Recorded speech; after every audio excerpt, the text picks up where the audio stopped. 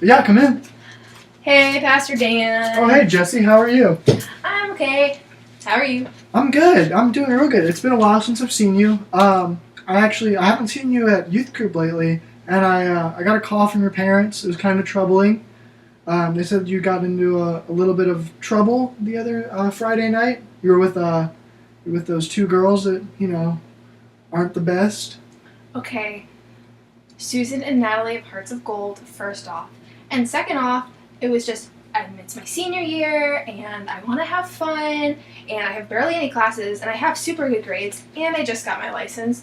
So you know what? I went out with my friends to have some fun, and I don't know, I had not like crazy amounts, but like maybe like 4.5-ish shots of vodka.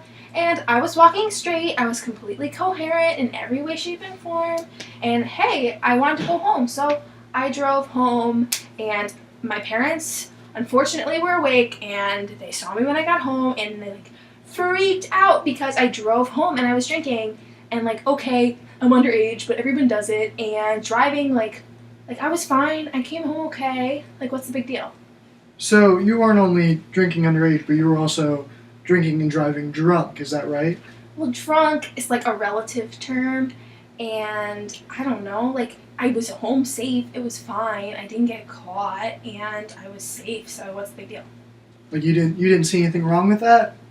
I don't know, I just feel like my whole life I've been doing everything right, and so why not have some fun? I guess maybe it was probably not the best decision, but Yeah. it's past. Do you know what the Bible says about drinking like that in excess? I know it says not to get drunk, but I wasn't drunk. I drove home perfectly safe. Yeah, well, it doesn't just say not to get drunk. In Ephesians 5:18, it tells us not to get drunk on wine, but instead to be filled with the Spirit. So right there you have the Bible kind of outright saying, although it doesn't talk about drinking and driving, they do say that getting drunk like that, it kind of leads to debauchery, which is trouble or something bad. And actually, drinking and driving is pretty serious, Jesse.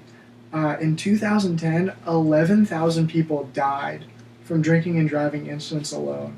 So your parents may have been really mad, and they may have yelled at you and grounded you, but I think they were just worried and scared for you because they didn't want you getting hurt or hurting someone else and ruining your life. I mean, I guess that makes sense, but I was having a hard time because, I don't know, it just seemed not like that big of a deal, but hearing that so many people have like died because of it, that's pretty crazy, and maybe I wasn't the smartest. Yeah, I think we were all just looking out for you, Jesse. I think we want the best for you, and I think we see that you have a bright future ahead of you. So I don't think drinking is ever smart underage, and I don't think you should do it. I think there's so much more that you have in store, and there's so much more potential for you. But especially drinking and driving is very serious and very deadly. So if you ever have that urge, or ever you get invited to parties like that, you can just give us a call, and we'll do something as a youth group. We'll go out and we'll go bowling or do something fun. That way you have something fun to do on a Friday night. Does that sound good?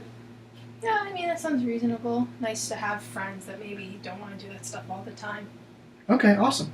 So no more drinking and driving? I won't drink and drive anymore. No more drinking at all underage? Jesse?